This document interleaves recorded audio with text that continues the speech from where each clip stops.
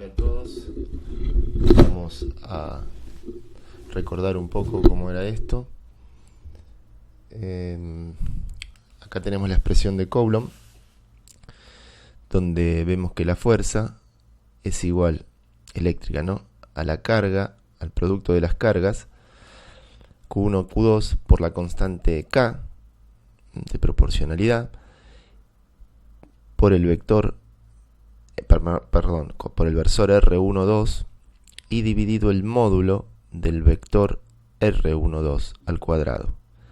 El vector R12 es la distancia que hay desde justamente la posición de la carga 1 hacia la carga 2. Ahora lo vamos a ver en un gráfico. Y antes que ello, quiero expresar o mostrar esta otra expresión que es exactamente lo mismo que esta primera en naranja acá. Simplemente que acá lo tenemos expresado como la diferencia de estos dos vectores, ¿sí? El vector posición de la carga 2 menos el vector posición de la carga 1. Esto es, siempre acuérdense, ven 1, 2. El 1 significa inicial, el 2 es final. Por eso es que es final menos inicial, acá como estoy marcando, ¿ve? Muy bien. Y el hecho de tener un cubo acá en el módulo abajo, en el denominador al cubo, es porque uno de esos tres módulos multiplicándose entre sí corresponden al que divide al vector al vector diferencia, de forma tal de generar el versor. Ahora lo vamos a ver acá cómo lo pongo. ¿Ven? El R2 menos el R1 es el versor asociado, hay que recordar eso. Entonces, por eso es que estas dos expresiones son totalmente, ¿no es cierto?, equivalentes. Muy bien, seguimos. Acá tenemos el gráfico donde vemos los dos vectores posición, los respectivos ángulos en un diagrama, en un sistema de referencia, y ahí puse en naranja, ¿no es cierto?, el vector diferencia, el R2 menos el R1 como veníamos hablando.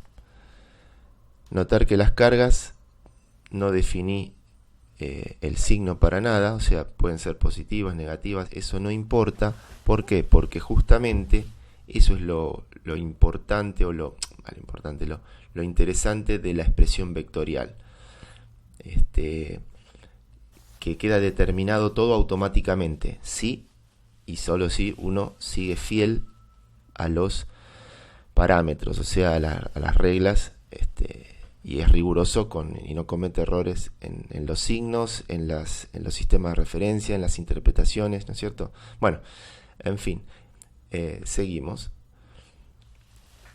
Ahí, como yo decía, ven, es el segundo subíndice se refiere a lo final, el primero a inicial.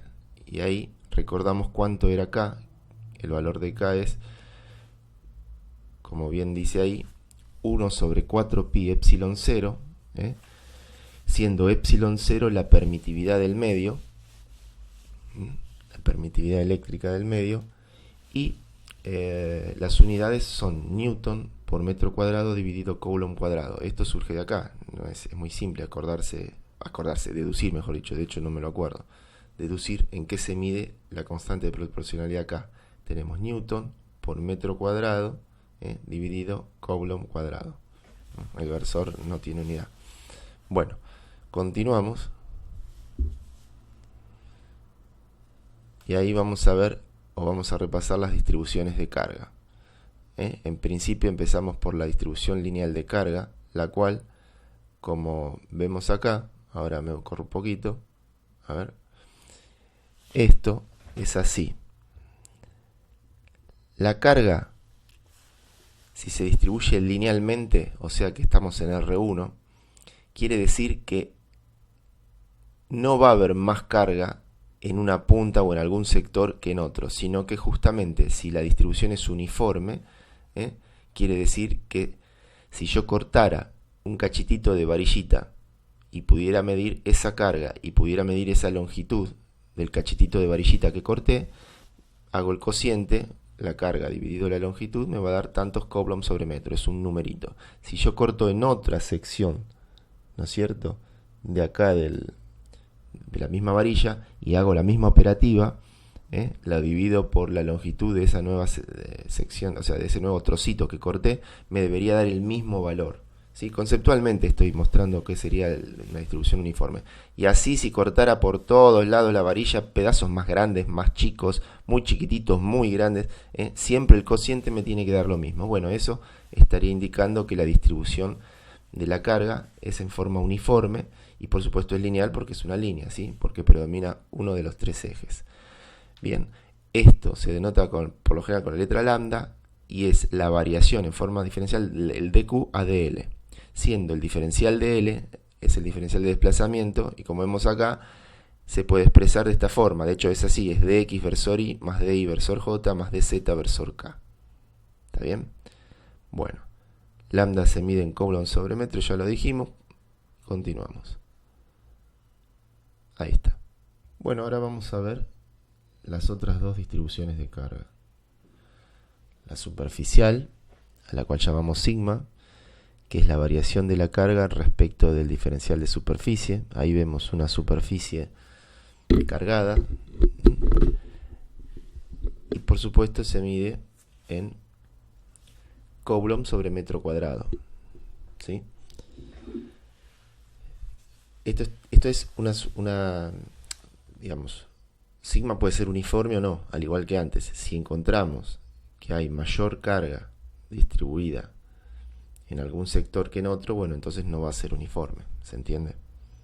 Ahora, si justamente se distribuye uniformemente, quiere decir, como dijimos antes, que si yo cortase un cachito, o tomase, considerase un cachito de esta superficie, y mido la carga que hay depositada sobre ella, hago el cociente, me da un numerito. Lo mismo hago, tomo otra superficie por otro sector, hago la misma operativa, me da el mismo número. Bueno, eso quiere decir que es uniforme.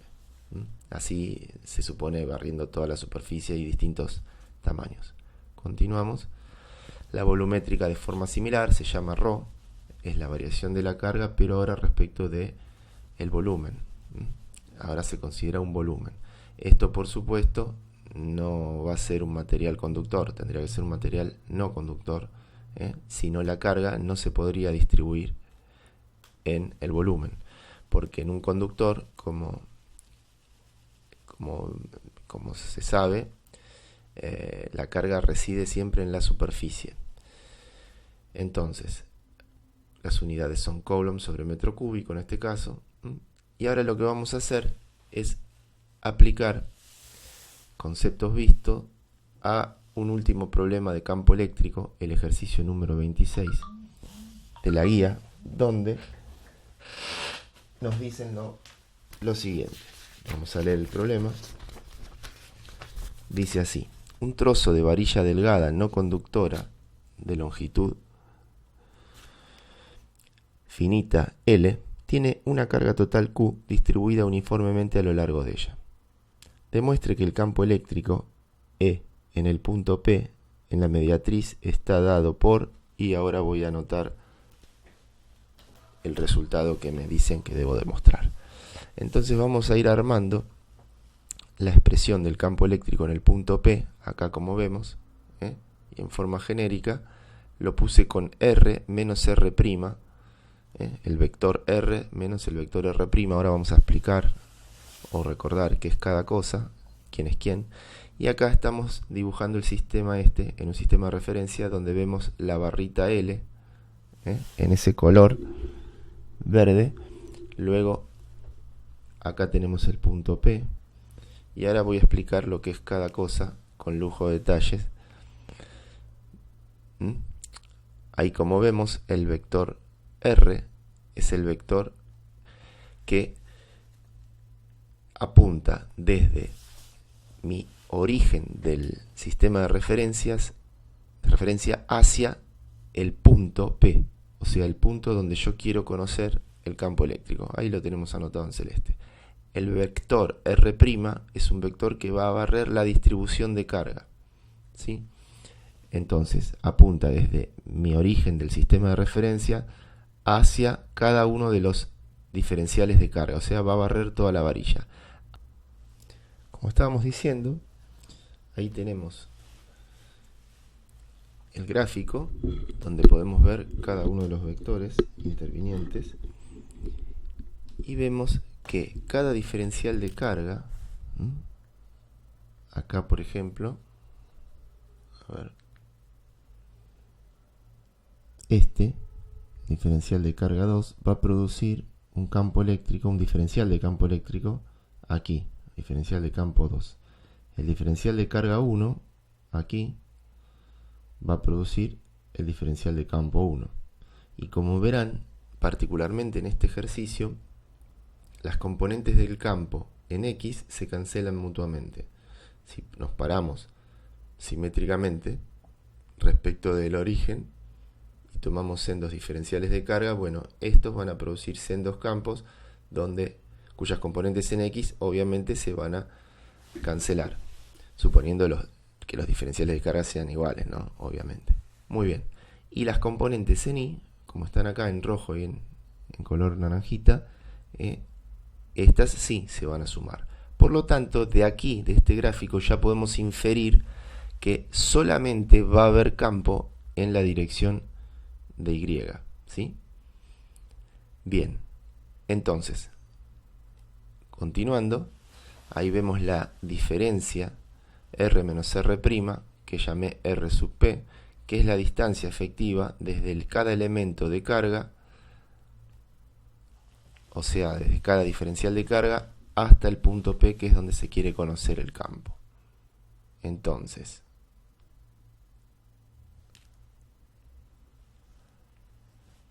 ahí podemos ver unos ángulos y esto va a ser en definitiva el resultante, o sea, el vector campo eléctrico resultante, el E sub P en rojo, que va a surgir de sumar las contribuciones de todos y cada uno de los diferenciales de carga que componen nuestra varilla. ¿Sí? Nuestra varilla es de longitud L, fíjense que yo acá puse L sobre 2 y menos L sobre 2 porque la posicioné en un sistema de referencia como estamos viendo. Bueno, vamos a seguir explicando cada cosa. Esto del seno de alfa 1 se verá después. Acá hay unos ángulos, el ángulo alfa, ángulo tita 1, tita 2, así como está ahí. Y bueno, vamos a seguir explicando cómo armar esta expresión y poder así calcular el campo. Entonces, vamos a continuar acá.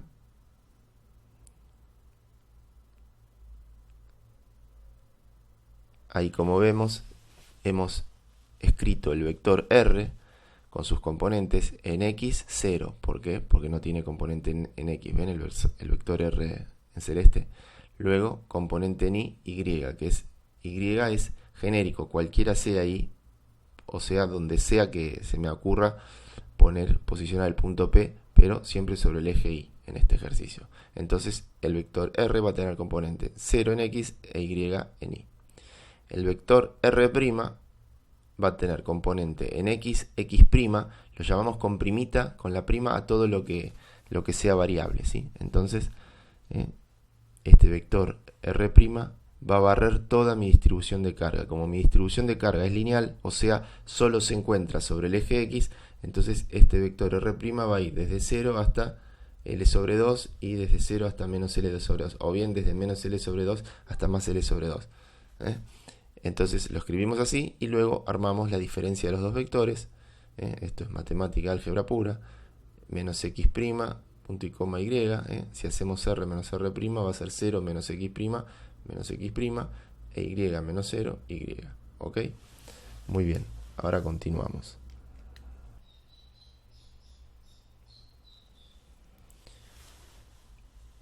Vamos a hacer un zoom del diferencial de carga.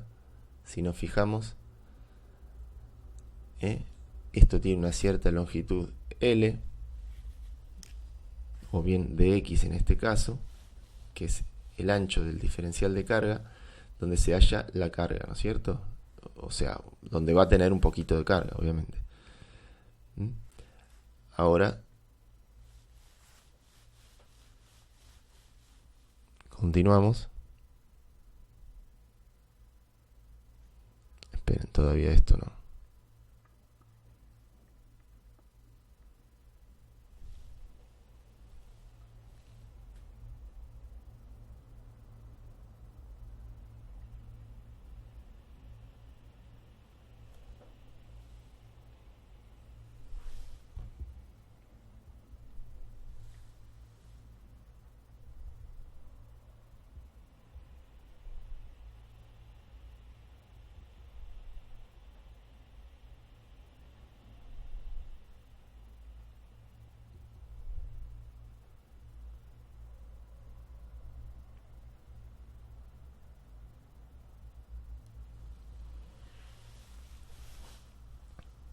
Muy bien.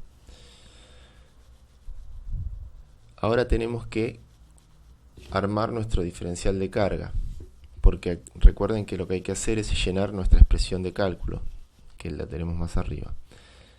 Entonces, el diferencial de carga, como habíamos visto, va a ser diferencial de longitud por dx, pero como el diferencial de longitud es el diferencial de x porque tengo una distribución lineal, entonces la única componente que sobrevive del diferencial de desplazamiento, el dl, va a ser la componente diferencial de x. Por eso es que el diferencial de carga nos queda así, lambda por dx. Repasamos esto, hacemos la resta de los dos vectores, el vector diferencia, calculamos el módulo, o planteamos mejor dicho el módulo, como la raíz cuadrada de cada una de las componentes al cuadrado. Y el módulo al cubo nos va a quedar ni más ni menos que esto, ¿sí? Para agrupar todo en una misma exponente, nos queda esto mismo a la 3 medios, ¿sí? Este es el módulo al cubo. Luego planteamos la expresión de campo eléctrico. El diferencial de campo eléctrico, ahí ponemos el diferencial de campo eléctrico, en el punto P va a venir dado por K, diferencial de carga, que acá le ponemos la primita porque diferencial de x es x', variable, por el vector, diferencia R menos R', ¿ven? Acá, dividido el módulo al cubo. Entonces, ahora para obtener el vector, justamente tengo que integrar el diferencial. Y nos va a quedar así esta integral vectorial, integrando en cada una de las componentes. En verdad integro en cada componente. Y acá lo que tenemos que hacer, ¿ven? Vamos a dedicarnos a resolver primero la integral, la componente en x, que es la integral de esto que está acá. Como yo ya había dicho antes, y como lo habíamos visto, en verdad nos tiene que dar 0 la componente del campo en x. Entonces toda esta integral nos va a dar 0. Yo ahora lo voy a explicar, porque ya que lo arrancamos en forma vectorial al ejercicio, vamos a calcular y esta integral evidentemente nos tiene que dar 0. Pero si uno hubiese resuelto o hubiese planteado lo mismo y lo hubiese resuelto por simetría,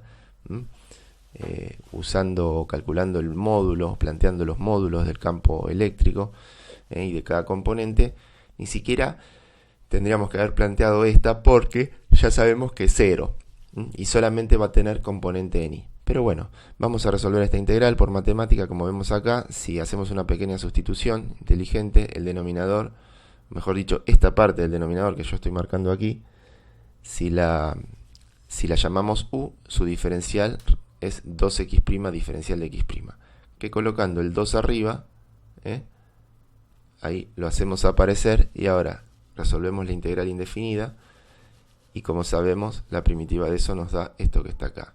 Cancelamos y en definitiva obtenemos ese resultado, esto que está acá. Y ahora, si nos fijamos, al evaluarlo por Barrow, nos vamos a dar cuenta que esto se va a anular. ¿Ven? Aquí. Ahora lo vamos a mostrar un poco mejor. Nos da 0. ¿Por qué? Y porque fíjense que cuando reemplazo en L sobre 2 y en menos L sobre 2, acá, me estoy refiriendo acá, ¿qué va a pasar? El cuadrado absorbe el signo. Por lo tanto, me va a quedar exactamente lo mismo y por la regla de Barrow con un menos en el medio. Por lo tanto, esto menos esto mismo es 0. ¿Ok? Entonces,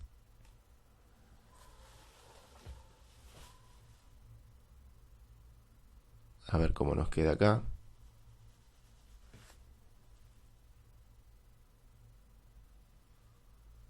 Ahí está.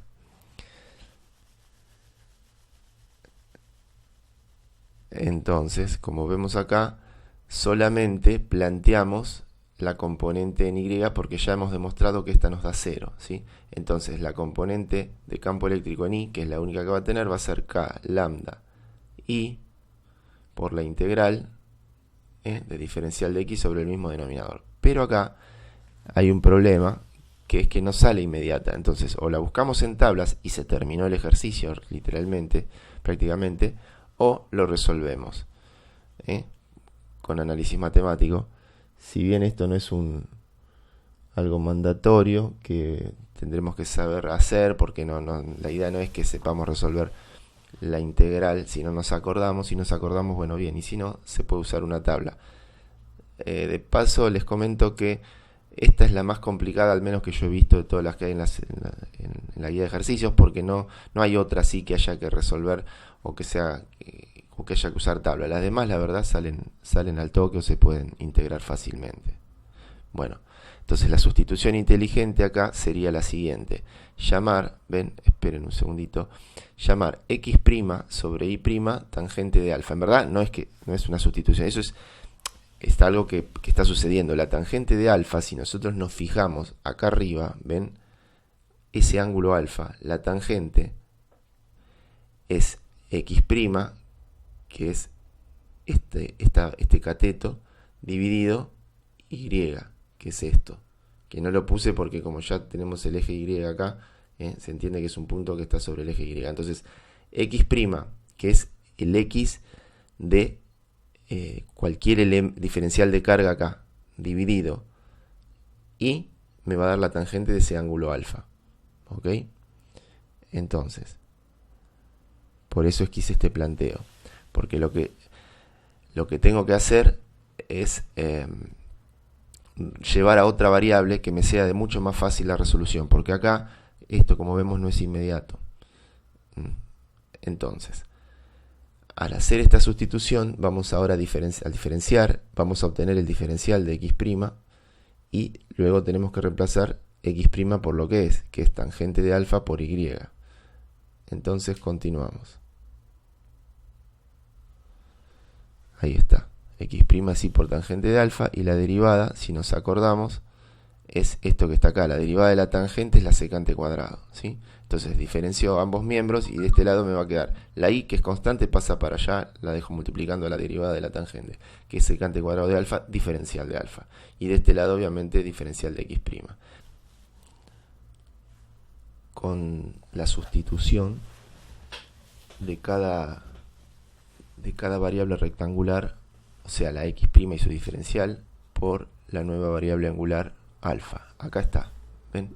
Acá lo que estamos poniendo es justamente, ¿ven? El diferencial de x' lo reemplazamos por lo que habíamos hallado recién, y en el denominador, fíjense que estamos reemplazando a x' al cuadrado, o sea que x' lo elevo al cuadrado, me va a dar y cuadrado tangente cuadrado de alfa, y acá tenía y al cuadrado, este queda tal cual, todo esto a la 3 medios, ¿sí? Ahí vemos. Continuamos.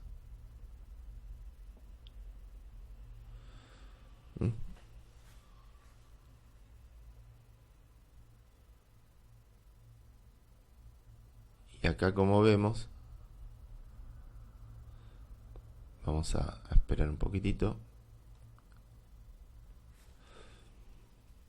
Ahí, como vemos, si sacamos factor común y cuadrado de acá, nos va a quedar tangente cuadrado de alfa más 1, que eso, por una identidad trigonométrica conocida, es secante cuadrado de alfa. Entonces, por eso esto es la secante cuadrado de alfa. Y acá, cuando sacamos la y cuadrado, a ver, vamos a poner, bueno, esto todavía no le demos bolilla, ahora voy a explicarlo, pero cuando sacamos la y cuadrado, vamos a esperar que llegue acá, me interesa la parte de acá, lo que voy a poner acá. A ver, esa y cuadrado, al estar a la 3 medios, sale como y cubo. Ahora vamos a ver que se va a cancelar con este y cuadrado y va a quedar una y en el denominador. Ahora lo vamos a hacer.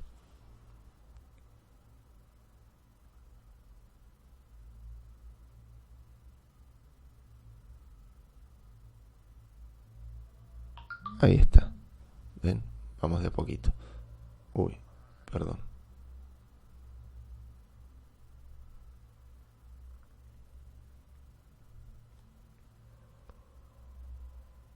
A ver. Vamos a corrernos. Ahí está. Quería llegar a esta parte. Acá vemos la y cubo que sale. Ahora voy a explicar paso a paso. Que se cancela con la y cuadrado, ¿sí? Entonces me queda la y abajo en el denominador. Bien, esto habíamos dicho, secante cuadrado, muy bien. Acá entonces esto va a dar k lambda sobre y por la integral de qué cosa, del diferencial de alfa, y como esto es la secante cuadrado a la 3 medios, y acá tengo la secante cuadrado a la 1, 1 menos 3 medios, ¿qué me da? Menos un medio, por eso es que pongo la raíz de la secante cuadrado. Y la raíz de la secante cuadrado es el módulo de la secante de alfa, ¿sí? Que en este caso, por supuesto, va a ser positivo, podríamos chequearlo. ¿Y la secante a qué es igual? La secante es igual a 1 sobre coseno. Como está en el denominador, por eso es que me da coseno. ¿Se entiende? Porque esto acuérdense que es módulo, y el módulo tomo la parte positiva porque de hecho lo va a hacer, entonces me va a quedar 1 sobre secante de alfa. Entonces 1 sobre secante de alfa es igual a coseno de alfa. Por eso es que llegamos a esta expresión. ¿Está bien? Y la integral del coseno de alfa, ¿quién es? Es el seno. Porque si yo derivo el seno de alfa, la derivada del seno es directamente el coseno, o sea, el integrando. Por lo tanto, es correcto poder poner así. El campo eléctrico en I va a ser K lambda sobre Y por el seno de alfa. ¿Sí? Por más el seno de alfa. ¿Ok? Muy bien, acá está la explicación de que da I cubo. Y ahora vamos a seguir evaluando por regla de Barrow entre los límites de integración. Acá teníamos entre menos L sobre 2 y L sobre 2. Acá, en la nueva variable alfa,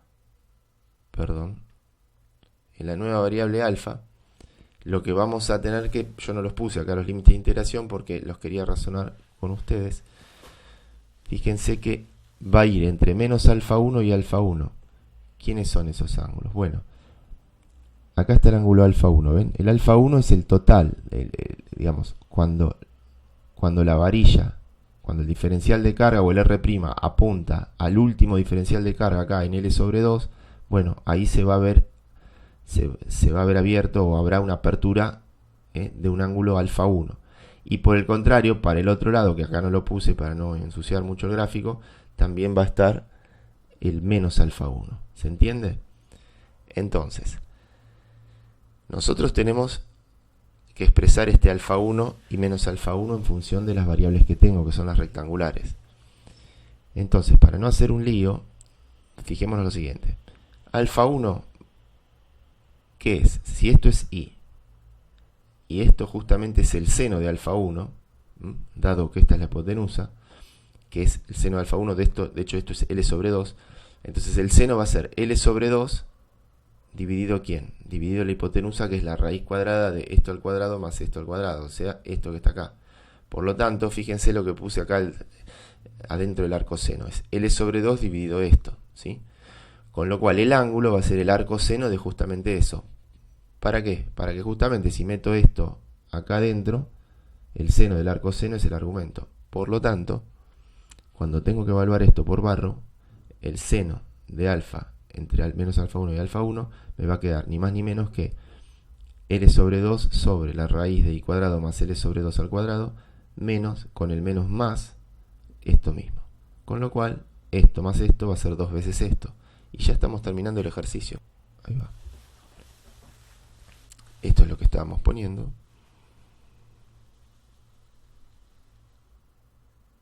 Esto es como nos quedó en definitiva. ¿Ven?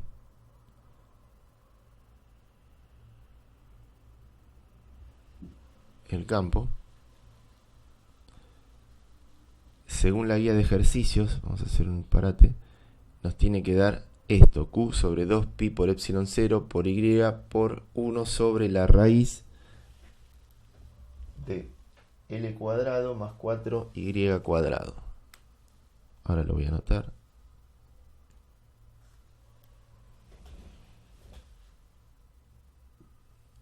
Esto de acá abajo no le demos bolilla todavía. Acá, empecé esto, ¿ven? Ahí yo estoy reemplazando, ¿ven? Vamos por parte. Estoy reemplazando, ¿qué cosa? K es 1 sobre 4pi epsilon 0. Vamos a esperar que termine. Acá, lo que viene acá. Este es el resultado final. Ahora vamos a ver, pero vamos paso a paso. Esperemos que esté todo escrito ahí arriba.